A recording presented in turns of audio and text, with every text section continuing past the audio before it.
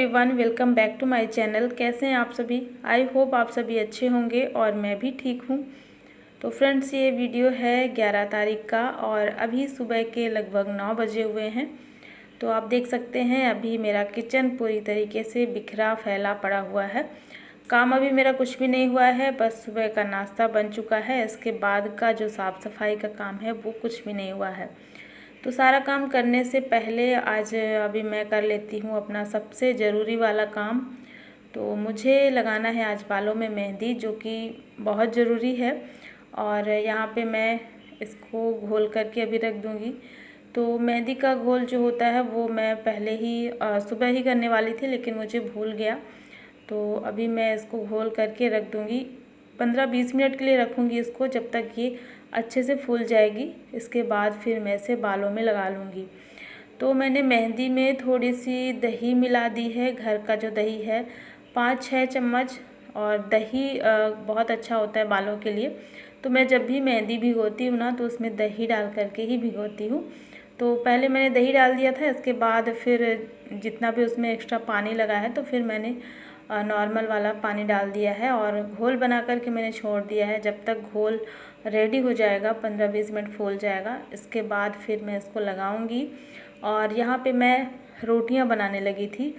ये रोटियां ना बच्चों के लिए बन रही हैं। तो बच्चे जैसे देर से उठते हैं ना, तो बस इनको मैं नाश्ता बना करके दे दूँगी, तो बच्चों का नाश्ता हो जाएगा। इसके बाद फिर मैं अपना काम करूँगी। तो रोटियां बनाने के बाद फिर मैं चली गई थी बालों में मेहंदी लगाने के लिए, और मैं फटाफट से बालों में मेहंदी लगा करके आ भी गई हूँ। लगभग मुझे 10 मिनट लगा है, बहुत ज़्यादा टाइम नहीं लगता है। और मैं हाथ से लगाती हूँ, ब्रश का यूज़ नहीं करती हूँ, तो थोड़ा सा और भी जल्दी हो जाता है। क्योंकि ना ब्रश से लगाने से थोड़ा सा मुझे टाइम लगता है, तो इसलिए मैं ब्रश का यूज़ नहीं करती हूँ। और हाथ से मैंने लगाया फटाफट से। और बस इसे लगाने के बाद मैं इसको 2-2.5 घंटे, ज़्यादा से ज़्यादा 3 घंटे रखती हूँ बालों में। और अगर बहुत कम टाइम है मेरे पास तो फिर मैं 2 या 2.5 घंटे फिर भी रखती हूँ। तो बस यहाँ पे अभी मैंने लगा लिया है। इसके बाद मैं सारे अपने काम करूँगी, जब तक मेरा जो टाइम है वो भी बीत जाएगा।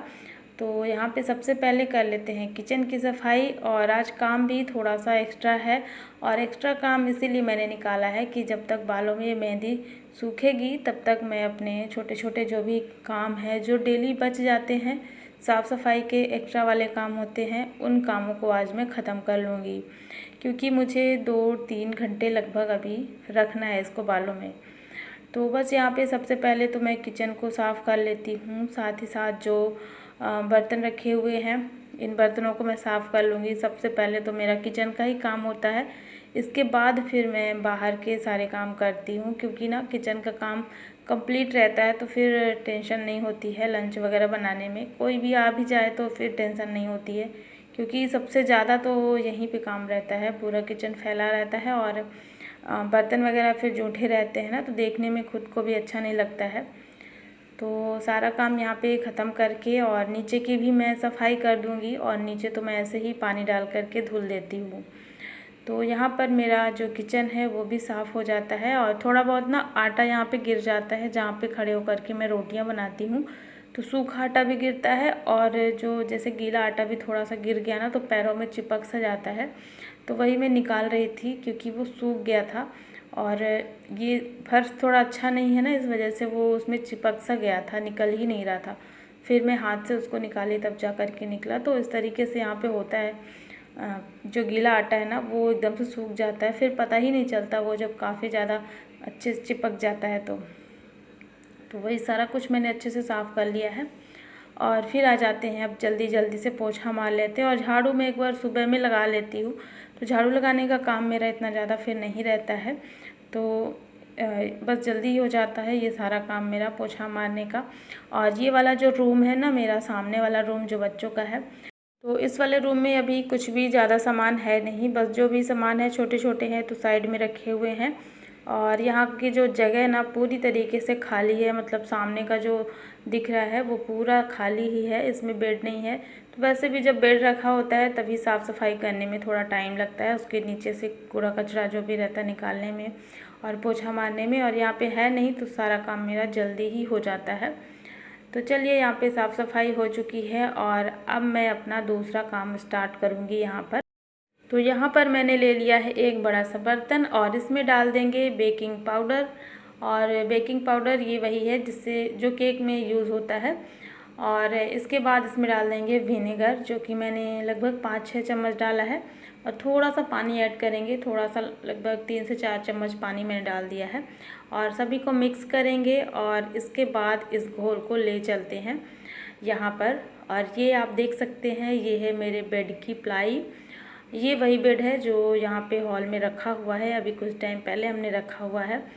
तो ये बेड ना बहुत ही ज़्यादा गंदा है, आप देख सकते हैं। ये बेड का जो सनमाइका जिसको बोलते हैं, काफ़ी ज़्यादा पुराना है। इस वजह से इसमें जो दाग है ना वो बहुत ज़्यादा ज़िद्दी हैं। तो मैंने ये सॉल्यूशन बनाया है और इसको मैं आज साफ़ करूँगी और आप सभी के साथ में शेयर भी करूँगी कितना ज़्यादा फ़र्क आया, ये कितना काम कर रहा है। तो ये जो गंदगी है ना, ये कोई 2-4 महीने की नहीं है, 2-4 साल की भी नहीं है, ये काफ़ी पुरानी है। और आप लोग सोच रहे होंगे इतना पुराना, इतना गंदगी अभी तक क्यों नहीं साफ़ हुआ। तो ये इस वजह से, क्योंकि जहाँ पे पहले रखा हुआ था ना, तो ये वाला हिस्सा दीवार के साइड में रहता था, इस वजह से ये कभी साफ़ हुआ ही नहीं है। तो अभी ये सामने में आ रहा है, मतलब यहाँ पे जैसे रखा हुआ है ना, और कोई भी बैठता है यहाँ पे सोफ़े में, हम ही लोग बैठते हैं ना, तो सामने में हमारी नज़र पड़ती है, डायरेक्ट इसी पे पड़ती है और देखने में बहुत ही ज़्यादा गंदा लगता है। तो 2-3 दिन से मैं नोटिस कर रही हूँ कि देखने में बहुत ज़्यादा ख़राब लग रहा है ये, और काफ़ी ज़्यादा ब्लैक हो गया है। तो क्यों ना मैं इसको साफ़ कर दूँ किसी दिन, और मुझे समझ नहीं आ रहा था ये मैं कैसे साफ़ करूँ। तो अभी ये मैंने जो सॉल्यूशन बनाया हुआ है बेकिंग पाउडर का, और साथ में मैंने विनेगर जो मिक्स किया है, तो इसी से मैं क्लीन कर रही हूँ। और पहले मैंने ले लिया है एक स्क्रबर, सॉफ्ट वाला स्क्रबर है ये, और इसी में डिप करके और पूरे सनमाइका में मैं इस तरीके से घिस रही हूँ। और ये मुझे 5 से 6 मिनट तक कंटिन्यू घिसना ही था। तो फिर मैं देख भी रही थी कि क्लीन हो भी रहा है कि नहीं हो रहा, लेकिन मुझे फ़र्क समझ में आ रहा था। और मैंने लगभग इसको 10 मिनट तक घिसा था ताकि ये अच्छे से साफ़ हो जाए, क्योंकि इसमें गंदगी काफ़ी ज़्यादा लगी हुई थी।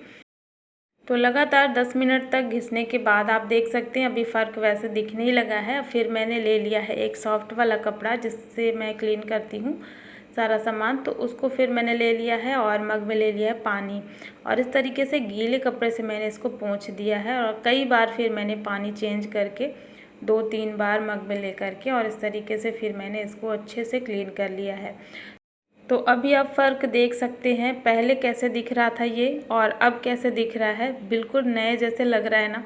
तो बहुत जल्दी ही ये साफ़ हो गया है, मुझे ज़्यादा मेहनत नहीं लगी, ज़्यादा टाइम भी नहीं लगा, और मुझे उम्मीद भी नहीं थी कि इतना जल्दी साफ़ हो जाएगा। मैं तो ट्राई कर रही थी कि देखती हूँ साफ़ होता भी है या नहीं होता है।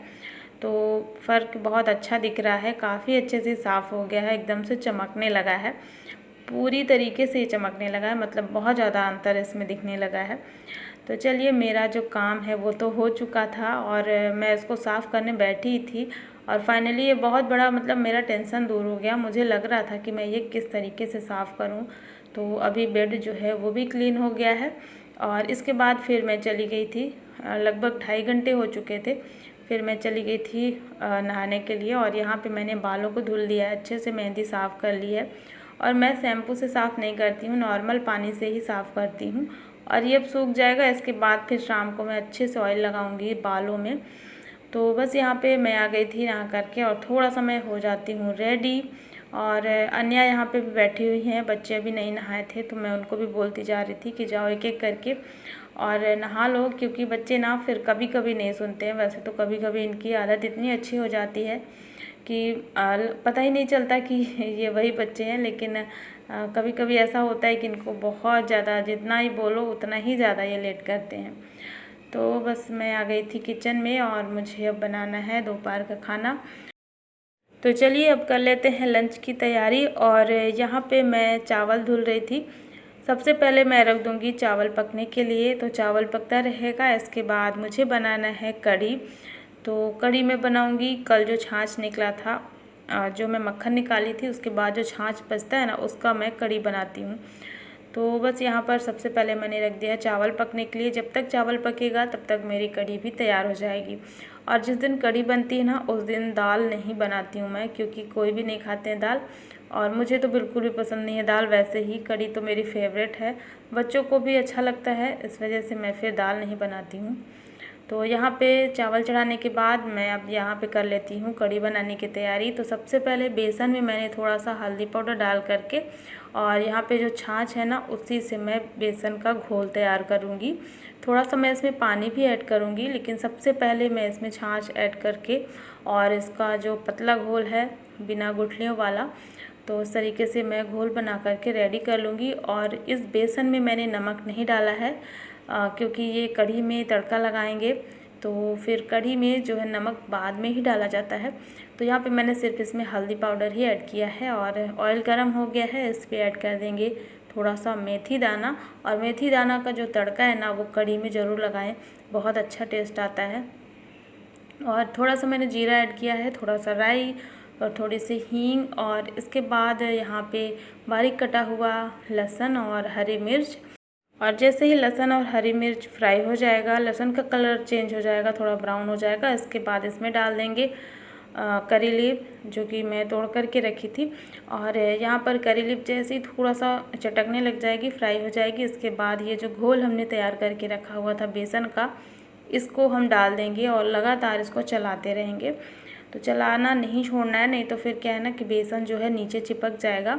तो इसको लगातार चलाना है। इसमें थोड़ा सा पानी भी ऐड कर देंगे ताकि थोड़ा सा ये पतला हो जाए, क्योंकि जब कढ़ी उबलेगी ना उसके बाद फिर ये गाढ़ी हो जाएगी। और कढ़ी में उबाल आने तक मैंने इसको चलाया है। और यहाँ पर आप देख सकते हैं फिर इसको मैंने धीमा कर दिया था, तो धीमी आंच से लगभग 10 से 15 मिनट कढ़ी जो है पक गई है। इसके बाद मैंने लास्ट में इसमें नमक ऐड कर दिया है। और नमक ऐड करने के बाद इसमें हम ऐड कर देंगे बूंदी। तो मैं रेडीमेड बूंदी से ही बना रही हूँ, जो कि अभी आया हुआ है, मेरे पास रखा हुआ था, तो इसीलिए मैंने इसमें वही ऐड कर दिया है। सबसे लास्ट में कढ़ी उतारने से पहले ही मैं ये बूंदी डाल दूँगी, क्योंकि ये ना बहुत जल्दी से फूल जाती है। तो यहाँ पे मैंने 2-3 ढक्कन के लगभग इसी में डाल दिया है बूंदी। और जो हमारी कढ़ी है ना वो बन करके रेडी हो गई है। तो आज थोड़ा सा मुझे लेट भी हो रहा था, तो इस वजह से मैं जल्दी जल्दी से ये सारा काम अपना कर रही थी। और लेट वही इसीलिए हुआ था क्योंकि मैं बालों में मेहंदी लगाई थी ना, उसी के चक्कर में मुझे थोड़ा सा लेट हो रहा था। तो बस यहाँ पे चावल भी मेरा बन ही चुका था। और सुबह की रखी हुई थी सब्ज़ी थोड़ी सी, जो मैं बनाई थी आलू बैंगन और टमाटर की। तो यहाँ पर सब्ज़ी है और कढ़ी है, चावल है, साथ में है रोटियाँ। ये तैयार हो गया है हमारा लंच। और चलिए अब सभी के लिए मैं प्लेट लगा देती हूँ। और अब लंच वगैरह करने के बाद फिर मैं मिलती हूँ आप सभी से शाम के टाइम पे। और इस टाइम पे ना मौसम भी काफ़ी ज़्यादा ख़राब हो जाता है, मतलब दिन में तो काफ़ी अच्छा रहता है, धूप रहती है बहुत तेज़, जैसे गर्मी का सीज़न है वैसे ही। लेकिन जैसे ही लगभग 3 से 4 बजेंगे ना वैसे ही मौसम बदलने लग जाता है, बहुत तेज़ आंधी तूफ़ान आता है। और बारिश तो उतनी तेज़ नहीं होती है, हल्की फुल्की होती है, लेकिन आंधी तूफ़ान बहुत ज़्यादा आता है इस टाइम पे। और यहाँ पर बच्चों को खाने का मन हो गया था शाम को, वही जो इनको भूख लगती है, छोटी छोटी सी भूख। तो यहाँ पे फिर मैं चिप्स फ्राई कर रही हूँ। और चिप्स फिर मैं कभी कभी फ्राई करती हूँ, और ये बहुत टाइम हो गया था, तो यहाँ पे फिर मैंने कहा ठीक है चिप्स ही फ्राई कर देती हूँ। और ये वाला चिप्स इन लोग को बहुत ज़्यादा पसंद है, तो जल्दी तो नहीं करती हूँ, थोड़ा जब टाइम हो जाता है 10-15 दिन तभी करती हूँ। तो बस यहाँ पे चिप्स फ्राई करने के बाद फिर मैंने जल्दी से ही खाना बनाना स्टार्ट कर लिया था, क्योंकि जब आंधी तूफ़ान आता है तो फिर लाइट भी कटने का डर रहता है। तो यहाँ पे मैंने जल्दी से ही अपना सारा काम कर लिया था। सब्ज़ी मैंने चढ़ा दी थी और यहाँ पे सब्ज़ी मेरी बन गई है, तो जल्दी से मैंने रोटियाँ बना ली हैं। और रोटियाँ बनाने के बाद फिर सबको खाना दे देंगे। और जो भी सुबह की थोड़ी बहुत तैयारी, कल क्योंकि संडे है, तो वैसे तो बच्चों का रोज़ ही संडे रहता है क्योंकि इनकी छुट्टी है, लेकिन थोड़ी बहुत मैं तैयारी करूँगी सुबह की। कल संडे है तो कुछ स्पेशल ही बनाऊँगी। और यहाँ पर अन्य को भी मैंने लगा दिया है कि मिल्क निकाल करके और ख़ुद से ही ले जाए। तो सुबह के काम के लिए मेरा जो किचन है वो रेडी हो चुका है।